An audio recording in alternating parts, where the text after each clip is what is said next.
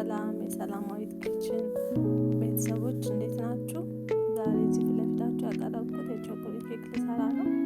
አንድ ብርጭቆ ስኳር አድርጌያለሁ።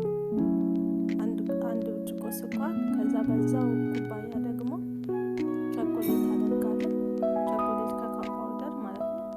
ግማሽ ኩባያ አደርጋለሁ። ላይክ፣ ሼር፣ ሰብስክራይብ አድርጉ፣ አበረታቱኝ። በዚህ ኩባያ አንድ ግማሽ ኩባያ ካካኦ ፓውደር አደርጋለሁ። እዛው ላይ ወተት አደርጋለሁ። የምፈልገውን ያክል ለክቼ። ለበን ቢኖራችሁ ለበን መጠቀም ትችላላችሁ። እኔ ለጊዜው ለበን ስለሌለኝ ነው። በለበን ቢሆን ግን ክሬሙ ወፍራም ስለሚሆን ማለት ነው። እኔ ግን እዚህ ጋር አንድ ሙሉ ዘባዴ አድርጋለሁ። ከዛ ይሄንን በደንብ አድርጌ መተዋለሁ። እናንተ ግን ለበን መጠቀም ትችላላችሁ። ከዛ እዚህ ጋር በደንብ አድርጌ ቀላቀለዋለሁ። ያደረኩትን ያው ስኳሩን፣ ካካኦንና ለበኑን ማለት ነው፣ ዘባዴውን። እናንተ ግን ለበን ካላችሁ ለበን አድርጉ፣ ቸኮሌቱ ወፍራም እንዲሆን ማለት ነው። ለጊዜው ዘባዴን ያደረኩት። ይሄንን ካደረኩ በኋላ ዱቄት ደግሞ 3 ኩባያ በዛ ስኳሩን በቀነስኩበት 3 ኩባያ ዱቄት አድርጌያለሁ። ከዛ እንቁላል ሳላደርግ ከዚህ ከቸኮሌቱ ላይ ቀንሳለሁ። በኋላ መጨረሻው ላይ ኬኩ ላይ የማደርገው ነው ክሬሙ ማለት ነው ይሄ። እስከዛ ግን ፍሬዘር ላይ አደርገዋለሁ። በረዶ ቤት ውስጥ አስቀምጠዋለሁ። ቀነስኩትም ማለት ነው። አሁን እዚህ ላይ ቀነስኩት ላይ እንቁላል አደርጋለሁ። 3 እንቁላል አደርጋለሁ። 3 እንቁላል አደርጋለሁ። ከዛ ያኛውን በረዶ ቤት አድርጌ በኋላ መጨረሻ ላይ መጠቀም ነው። ከእንቁላል ሳላደርግ ነው ግን መቀነስ ያለብኝ መጨረሻ ላይ ስለማደርገው ማለት ነው። አሁን የቀነስኩት ላይ ግን 3 እንቁላል አሁን ቫኒላ አደርግበታለሁ። ብርቱካን ካላችሁ ደግሞ ፈቅፍቃችሁ ብታደርጉበት ቆንጆ ነው። ቃናው ንጹህ እንዲሆን ማለት ነው፣ እንዲጣፍጥ ሽታው። ከዛ ዘይት በዛው ኩባያ ደግሞ ዘይት አደርጋለሁ።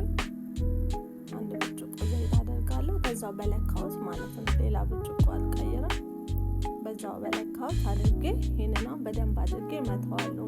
እንቁላሉ እስከሚፈርስልኝ ድረስ መተዋለሁ። እናንተ ማሽን መጠቀም ትችላላችሁ። እኔ ግን በእጄ ማድረግ ስለምችል ብዬ ነው በእጄ ያደረኩት። ማሽን ካላችሁ የኬክ ማሽን ማድረግ ትችላላችሁ። እንግዲህ ቤተሰቦቼ አበረታቱኝ። ላይክ አድርጉ፣ ኮመንት፣ ሼር አድርጉልኝ፣ ሰብስክራይብ ደግሞ አድርጉኝ። እዚሁ አሁን ያደረኩበት ላይ ያዘጋጀሁት ዱቄት ላይ እንዳልኳችሁ በዛ ኩባያ 3 ያልሞላ ነው፣ ብዙም እንትን አልሞላሁትም። እዚህ ጋር ደግሞ እንትን አደርጋለሁ፣ ቤኪንግ ፓውደር አደርጋለሁ።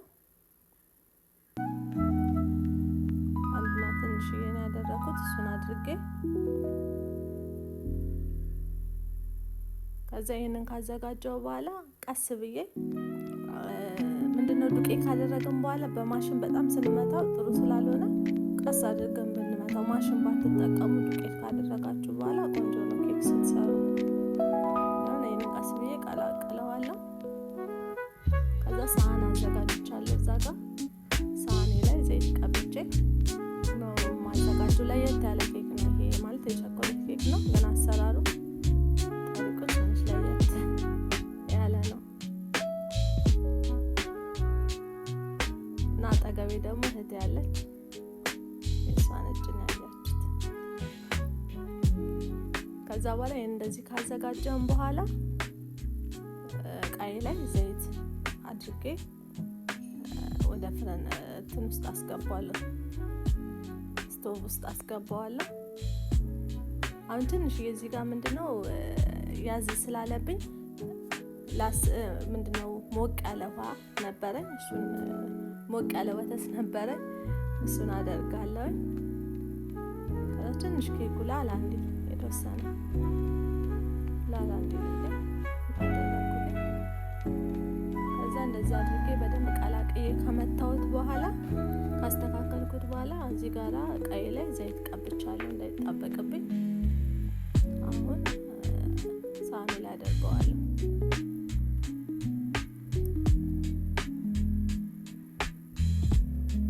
ሳህኑ ላይ በደንብ አድርጌ ካረኩ በኋላ እንዳይዛባባችሁ ደግሞ እንደዚህ በአንድ በኩል እንዳይል በደንብ አድርጋችሁ ንቅንቅ አድርጋችሁ ማስተካከል፣ ኬኩ እንደዚህ ቀጥ ያለ እንዲሆን ማለት ነው።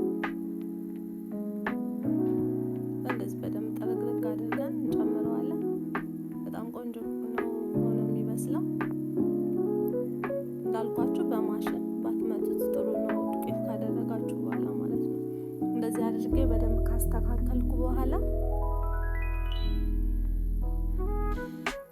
ይሄንን እንግዲህ ቅድም ቀንሽ ያሳየኋችሁን በኋላ ከበሰለ በኋላ እንዴት እንደማደርገው አሳያችኋለሁ። ይሄን ለ30 ደቂቃ አብስዬው ተመልሻለሁ። አሁን እዚህ ጋር ያዘጋጀሁትን ክሬም ውስጥ እንዲገባልኝ እንደዚህ መበሳል ወደ ውስጥ እንዲገባልኝ ክሬሙ ማለት ነው። እንደዚህ ያደረኩት። ከዛ እኔ 35 ደቂቃ ነው ያበሰልኩት። ከዛ ይሄን ያዘጋጀሁትን በረዶ ቤት አድርጌው ነበረ። ከዛ ላዩ ላይ አፈስበታለሁ። ግን እንቁላል ምንም ሳላደርግበት የቀነስኩት ቸኮሌት ነው። ከዛ እናንተ የተለያየ ዲዛይን መጠቀም ትችላላችሁ። እኔ ግን ቸኮሌት ካፈሰስኩ በኋላ ትንሽ ጥላጫ ውስጥ አድርጌ ነው